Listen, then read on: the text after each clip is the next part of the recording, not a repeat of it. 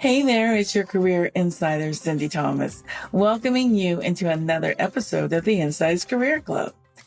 Our podcast helps job seekers succeed in their job search. But did you know that we also coach professionals throughout their careers? As an in-house talent acquisition person, you know by now that I've interviewed thousands of candidates and worked with hundreds of hiring managers to fill positions over a career of 25 plus years. My coaching sessions will help you understand what managers look for when hiring. And if you listen to the podcast regularly, you can learn a lot. You'll find free job search support on our website and a variety of paid career services to meet your needs. And don't forget about our newsletter. You can sign up for that on the site. Now stay tuned. There's a great podcast coming up. Hey, insiders. This is episode 15, and it's the final episode for season 2. It's a short episode, but it's one that's packed with the wisdom of hundreds of compiled years of work experience. Now, if that doesn't pique your interest, I don't know what will. As I interviewed my guests this podcast season, I asked them to share their best advice with us. So think about it. If you were going to give a friend or a family member your best career advice, what would it be? I asked my guests, what is your best career advice, as well as what is your best career advice for someone wanting to get into your chosen career? Our first bit of friendly advice comes from Sonseeahray Tonsall. She's the broadcast journalist I interviewed in episode 4. She has some life advice to share with us. Here it comes. Best career advice that you've received? I don't know so much that it's career advice as it being life advice. I wish I would have heard it and been able to embrace it much earlier in life. Mm-hmm. But I would say it's do it afraid. Do it afraid. I'm a person that likes to feel prepared and feel ready for the next, whatever it is, the next step, the next job, the next position. And so in my mind, when I'm ready and when someone should be, willing to look at me for whatever that is, like I have to be so thoroughly put together. Mm-hmm. That's how I think about it. And not wanting to feel afraid, do it. Do it when you don't feel ready. Do it. Just do it afraid. Next up, we hear from Wesley Burwell. He's in episode 6. He's the VP of HR. He's got some comprehensive career advice to share with us. Appreciate the try before you buy, Wes. It's a great suggestion.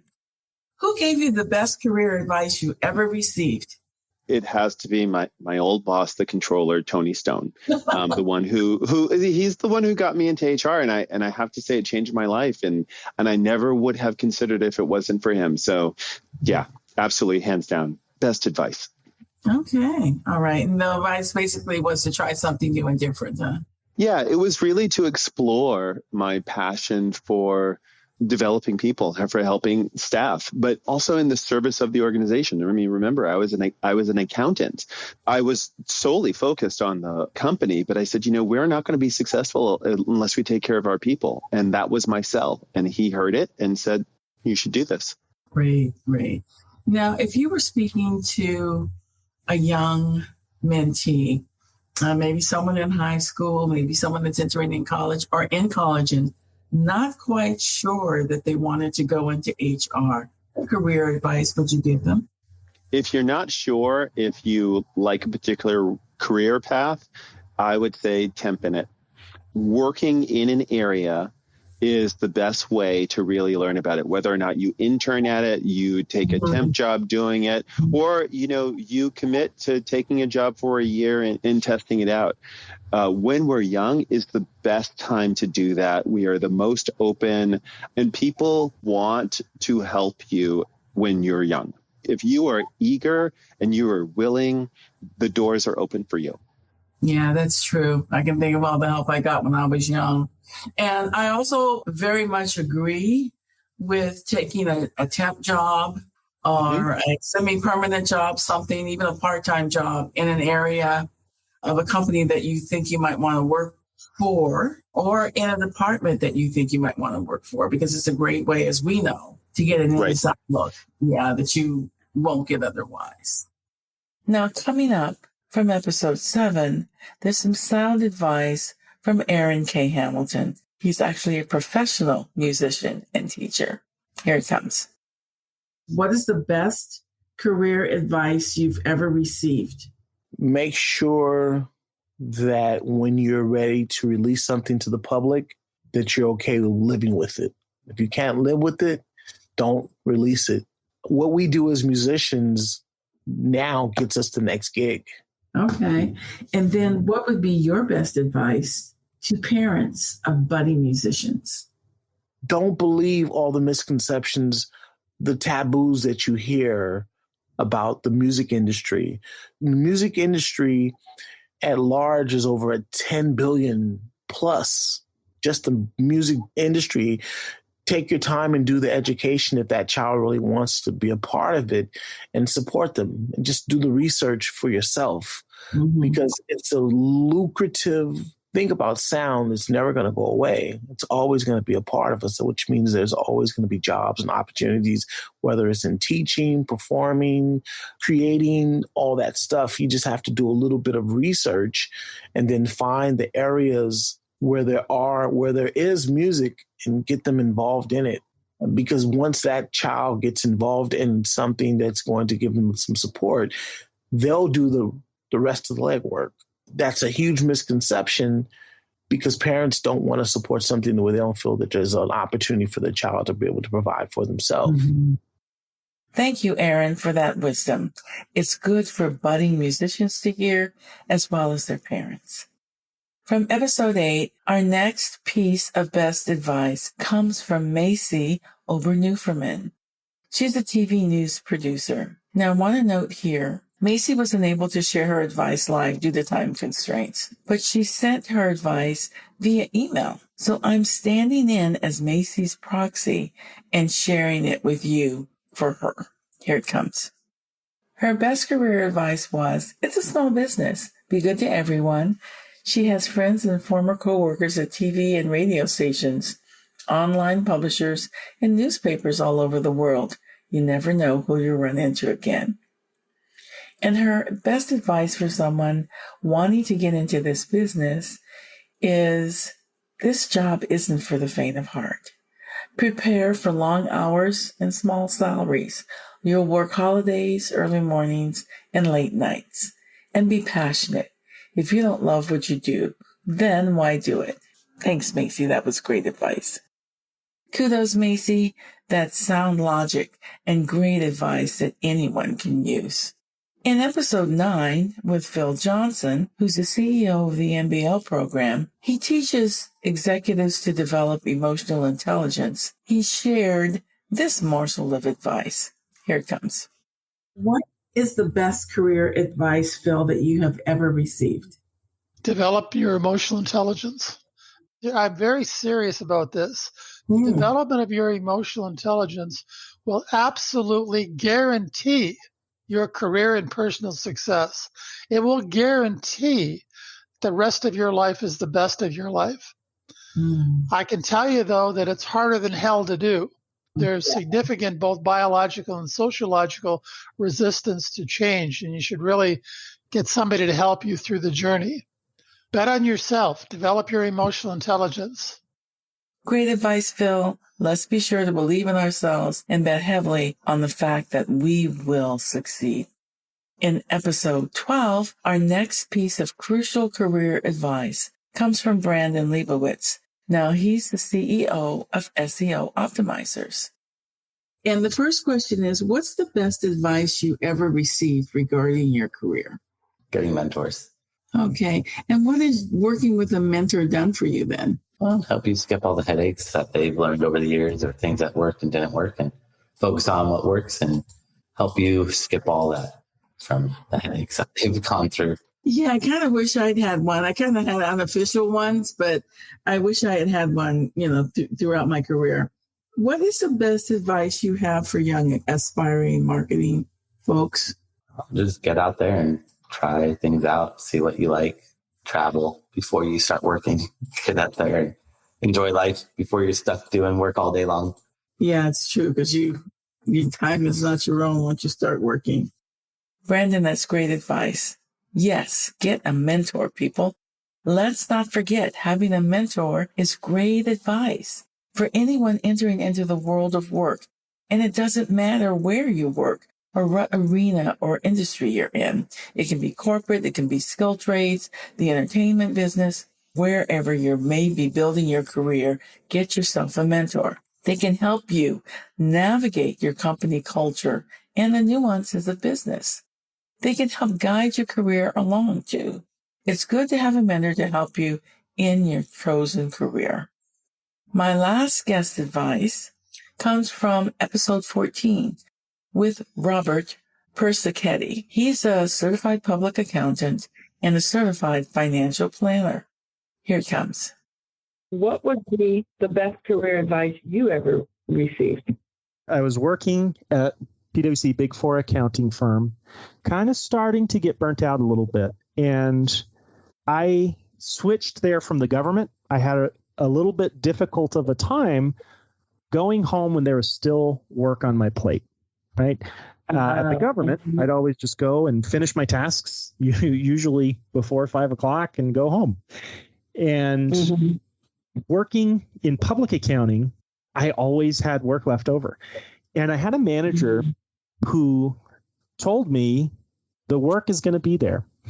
At this company, you can work for 24 hours a day and not run out of things to do.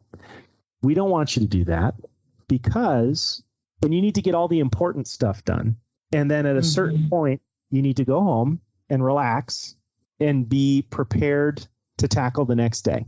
And then if someone wanted to get into your profession, what would be your best career advice for them? So number one, CPA or get out of the way.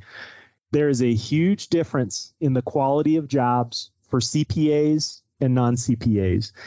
And so if you think, I don't know if I can pass this test, or I don't want to invest the time to pass this test, you might want to rethink it. And you might not want to be an accountant, because the accountants who do not pass the CPA, who do not have that license, don't have as good of jobs. Now, I'm not saying that that's the way it should be, or if that's an accurate measure of somebody's skill. I think there are a lot of very talented accountants out there without their CPAs, but I also know that those accountants make less than me, even if they're smarter, even if they work harder, because that's how the industry is set up. If you're afraid of it, if you're not sure if you could take it, the advice that I give everybody is study.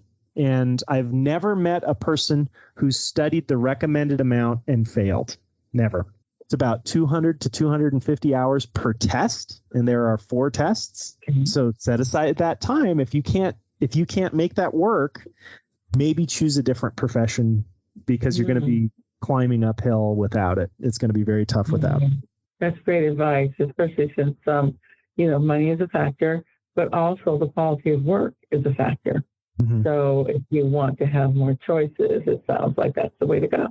Yeah, it's not just money. There's a ton of CPA firms that are really flexible, give people lots of time off. If that's what you want, you can do that, but you can do that as a CPA. You don't have as much choice if you don't have those credentials behind you. Robert, thank you for that lesson in learning to prioritize your work, as well as going the extra mile to obtain any certifications you need so that you can qualify for more interesting work or higher paid work. Well said. Now, I wanted to share some more career advice with you, because actually in the last 2 seasons, that's what I've been doing, right? I very much agree that all of my guests had great advice that they offered to us.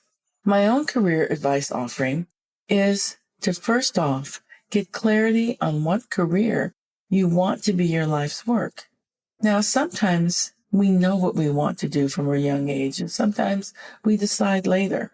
But for some of us, it happens that what we want to do can come to a dead end. Either we were working and it just stopped, or the work presents sacrifices that as an individual because of whatever your circumstances you aren't prepared for, or you cannot make, or you're not prepared to make. For example, I trained in college to be an educator, and I did teach for several years. However, during my early career, there came a time when I couldn't find work because in California, the schools were closing. Lots of schools were closing at that time. And I didn't want to move out of state. I mean, would you move out of California? After a few different positions, I landed in HR, and I've actually been there ever since in talent acquisition. The work in TA as a recruiter, a manager, a director was work that I loved, and I thrived in it. I had a passion for it. Both seasons of the Insiders Career Club podcasts are loaded with more advice from me for your careers.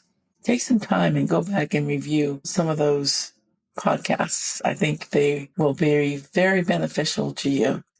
Now, when it comes to your career, it's good to remember you're in it for the long haul.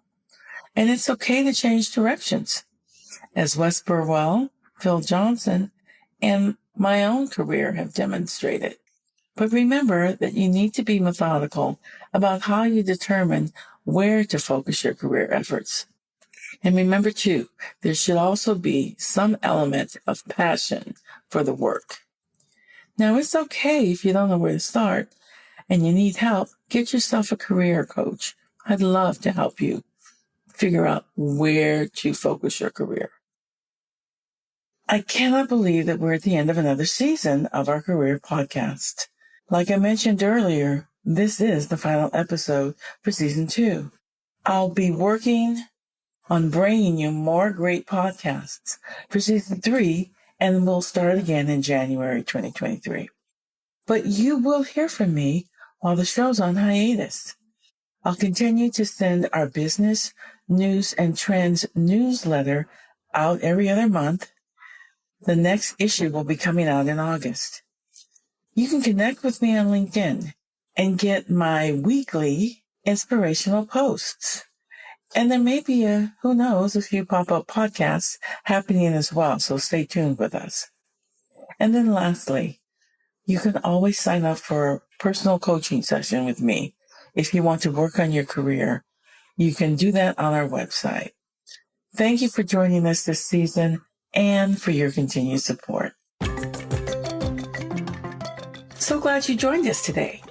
If you enjoyed the podcast, please like us because your ratings matter. We'll be bringing you new podcasts every 2 weeks on the first and third Wednesdays. My goal is to help you, my valued listeners, in your job search and continue to help you right on through your work life. To make that happen, though, your support is needed. By listening regularly, we can keep this going. But you can also help by sharing the podcast with your network of friends, family, and coworkers. Ask them to listen.